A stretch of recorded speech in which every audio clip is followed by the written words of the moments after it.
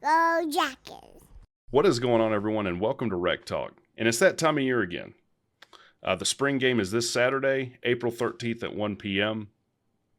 And it's absolutely free. It costs nothing, which means that everyone but a Georgia fan can afford it.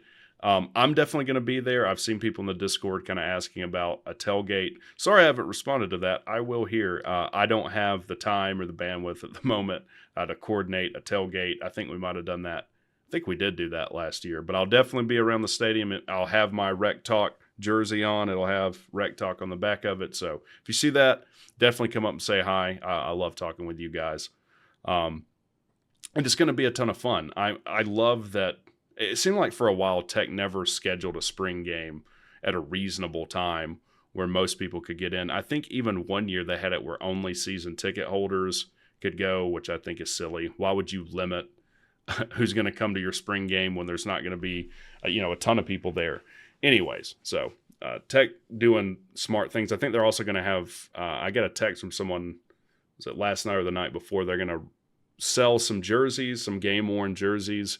I might be interested in that. So all good stuff. So I've watched all of the interviews with all the coaches. I didn't watch all the player interviews. Tomorrow night, I'll probably sit down, do a members-only stream, maybe around 8 or 9 o'clock, and I'll just react to as many of them as I can. If you're not a member, there's a link in the description for that, and if you're on computer, there's a join button right below the title of the video. So first I'll tell you what kind of stuck out to me in these interviews, and then I'll say, hey, this is what you need. This is what I'm watching out for in the spring game. First thing that stuck out to me in the interview, well, first of all, injuries. Sylvain Yanjuan is not 100%. He won't be practicing in the spring. Hopefully he can get healthy for the season, though. He's going to be – we're already have depth issues on the defensive line. We really need him back.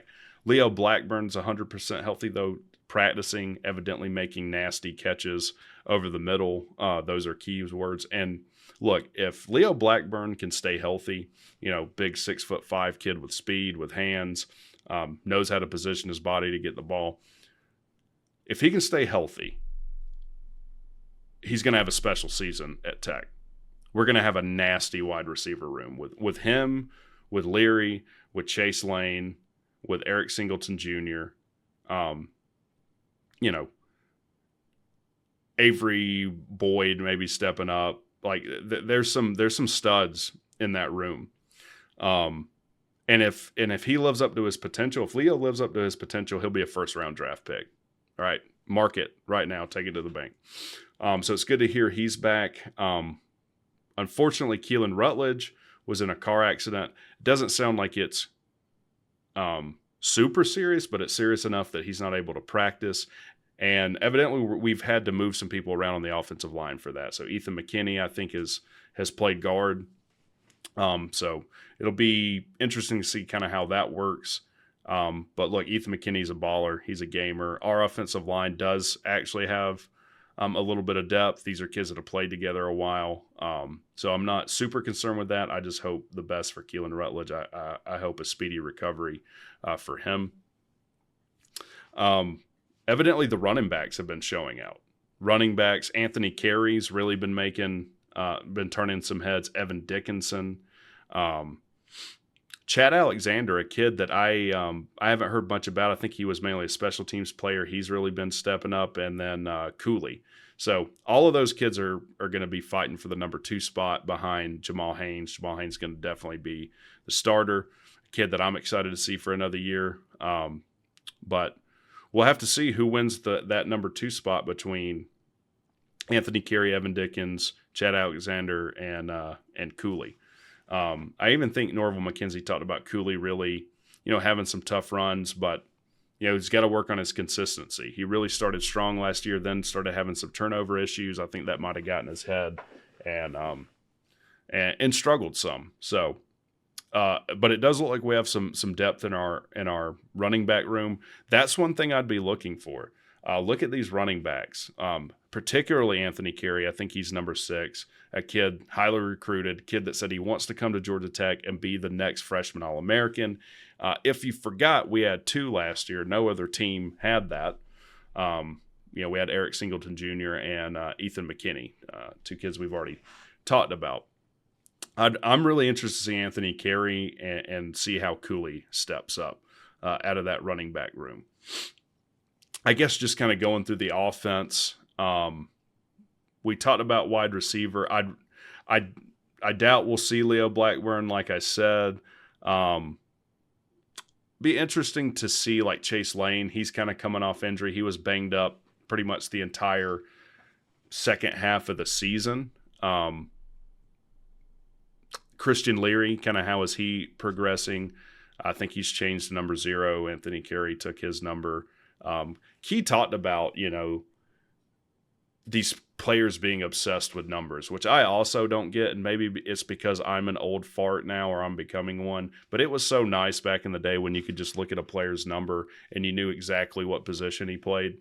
Now, defensive lineman could be number 0. First of all, number 0 didn't even exist back in the day. But hey, whatever makes the kids happy. Definitely let them do it. I'm most excited talking about pass catching. Jackson Hollis, Key was really high on him in the last interview that came out. Said he's a tough kid, great blocker, but the kid just finds the ball and he's hard to get down. And really just he said he always falls forward. So when it's 3rd and 4. And you can hit a tight end on a little short curl, and then he falls forward. That's going to be huge. We got, okay production out of the tight end last year, especially in the North Carolina game. But we always get production out of every position in the North Carolina game. Be looking out for Jackson Hawes. He's a kid who transferred from Yale. I think he has 1 year of eligibility left. I'll definitely be looking out for him. As far as the quarterbacks, I mean, you're not going to get anything out of that. Look, I don't know if I said it already, but, Tantor said this, the spring game's really for the fans. You're going to get maybe 3% of what you'll know at the end of the year and really even in game 1 starting the season. Everything's going to be pretty bland. But there are some things you can glean. I don't think you're going to get anything from the quarterbacks unless they're just making awful decisions and just staring down wide receivers and throwing picks, which I don't think is going to happen. I'd be more excited to see the new quarterbacks that have come in. I'm sure Aaron Philo and Graham Knowles will get some snaps. So I'll be interested to see how they look. What does the ball velocity look like? How do the mechanics look? Are they throwing off their back foot? Do they have good footwork? Aaron Philo is a kid that seems really technically sound. Graham Knowles, a kid that's like 6'7", ridiculously tall. Be exciting to see both of them play. The number one thing that I'm concerned with in the spring game is the defense.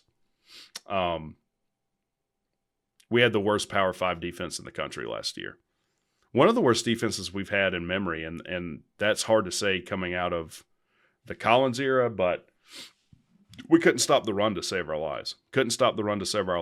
That affected the secondary because we also couldn't get any kind of rush on the quarterback. Now, Santucci gave a great interview in day 3. I think it's the only one he's given where he talks about what the defense is going to look like. And he did confirm it will be a 4-2-5. He even talked about the nomenclature. On the defensive front, you'll have an edge, a rush, a tackle, and a nose. So I'm assuming the rush will be the more athletic of the ends. And obviously the nose will be the heavier of the tackles. Talked about it being personnel driven too. Like, we're building this thing from the ground up. Key even talked about, tearing down the edge center and building the fanning center and, how you have to build it brick by brick, block by block. And sometimes, you build something and it's not straight or whatever. You have to tear it down and start over. He didn't say specifically the defense, but it seemed like he was talking about the defense to me. Now, I'm one to read too much into things, but, he retained a staff, some people, and hired some people after Collins didn't work out. Now we had to tear it down and build it, completely new. So it's nice to hear Santucci say it's going to be a personnel-driven thing. We got to get back to how we practice, fundamentals. He was even asked about like what brought you to Tech, and he gave like this really kind of hilarious answer. He just said, well, Key needed someone to run the defense. So it's like, okay, well, is there anything else maybe something specific to Tech that you liked about it? I will say, he's been at academically, tough institutions, Notre Dame, Wake Forest, Duke. So I think he talked about really understanding what it takes to be successful at schools like that, and that kind of uniquely qualifies him for Tech. Oh, also the linebackers will be Buck and Mike. So I'm assuming the Buck will be the weak side linebacker. Mike will be the strong side linebacker. You have a nickel back, 2 safeties, 2 corners. Now, in today's college football, most teams run some variant of the nickel, whether it's a 3-3-5, 4-2-5. We're running a 4-2-5. And back kind of when you first started seeing this, and Key even talked about it similar to kind of how O'Leary ran the defense, so he likes that he's far more familiar with it. But it used to be the nickel was just kind of like an extra defensive back. You just pick a corner or safety, whatever you want, put them on the field at nickel. Now nickelback is really, other than being an awful band, the most important player on your defense probably. And Santucci was asked, like, what does it really take to play that position? I'm just going to read what he said. He said a large variety of skill sets, including, but not limited to, short area quickness, speed, strength, ability to fit the run, ability to play the ball in the air. So what does that sound like? That sounds like a little bit undersized linebacker that can play linebacker and also play cornerback. So what does that guy look like? That kind of sounds like a unicorn, but that's what you're seeing is required in today's college football. This is an answer to the high, paced offenses that'll come out. So that's another thing I'll really be looking at. Who are we playing at nickel? What do they look like? How's their movement? Are they in good position? But it's, as far as the defense, what I'm looking for, it's going to start with the defensive line.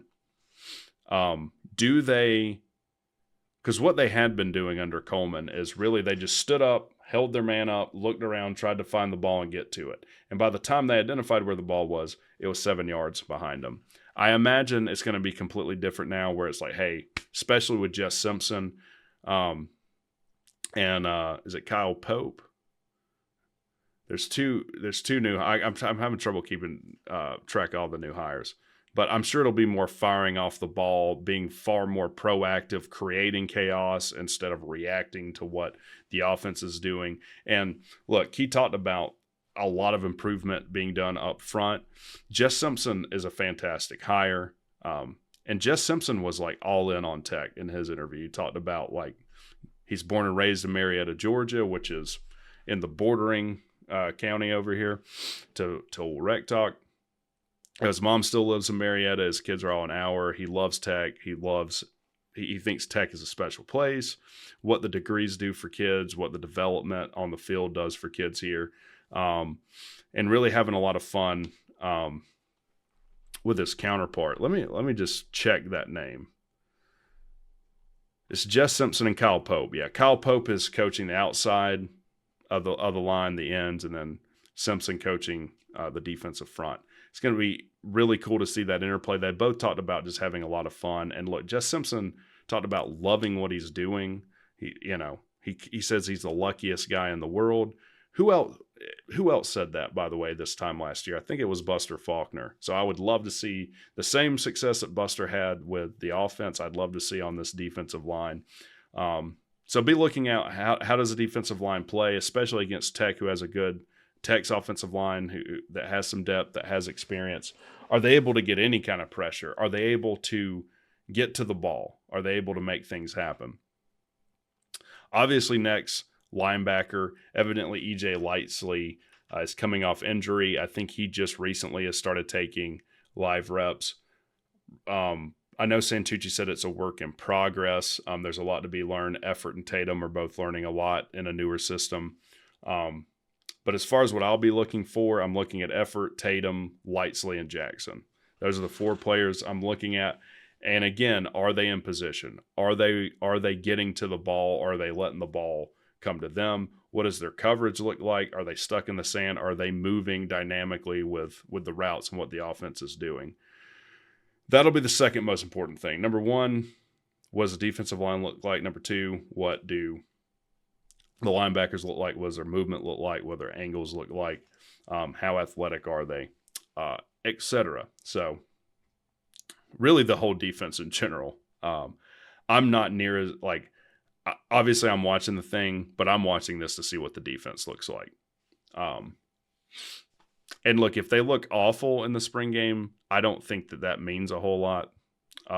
Their calls are still bland. Look, and I know the same thing happened last year. I'm telling you, I don't think the two things are lockstep correlated, though. As far as defensive backs are concerned, Amari Harvey has been talked about a lot. I think every defensive coach has talked about Amari Harvey. Blocked a field goal, which I don't know what to think about. That's probably the third most important thing. Like number 1 would be defense, defensive line, linebackers. Number 2 would be special teams. So I guess Amari Harvey blocked a field goal in practice. Should have had 2. And when Key said 2, I was like, that sounds not good. It sounds like we still have some protection issues. Maybe it's that Harvey just played his mind out that day. But I'd be looking at field goal kicking. What does the protection look like? Same with punt. How long does it take to get the punt off? Do we look crisp? Are we able to hit field goals? And really, are we able to do the basics on special teams? If there's like a block punt or a block field goal in this game, I'm going to be concerned for the special teams going into the season. That's the second area. Number 1, defense. Second area we need to show most improvement is special teams. And kickoff. Are we able to get the ball in the end zone? But I heard Amari Harvey, Omar Daniels. Do both of them play nickel? They might. I have to look back at the rosters last year. Clayton Powell-Lee definitely taking a step up in leadership. I didn't hear anyone talk about number 1, Lamiles Brooks. I don't know if he's still trying to get healthy or not.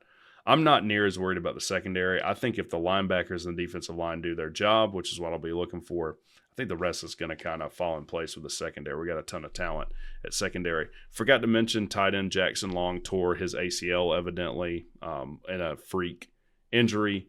So hate to hear that. Obviously he'll be out for this year. Sucks. So, like I said, the spring game is for the fans. We're not going to glean a ton from it. I've told you kind of the things that I'm going to be looking out for. It should be a ton of fun. Again, if you see me, come up and say something, and let's have a ton of fun Saturday. See you guys at 1:30. Y'all have a good one.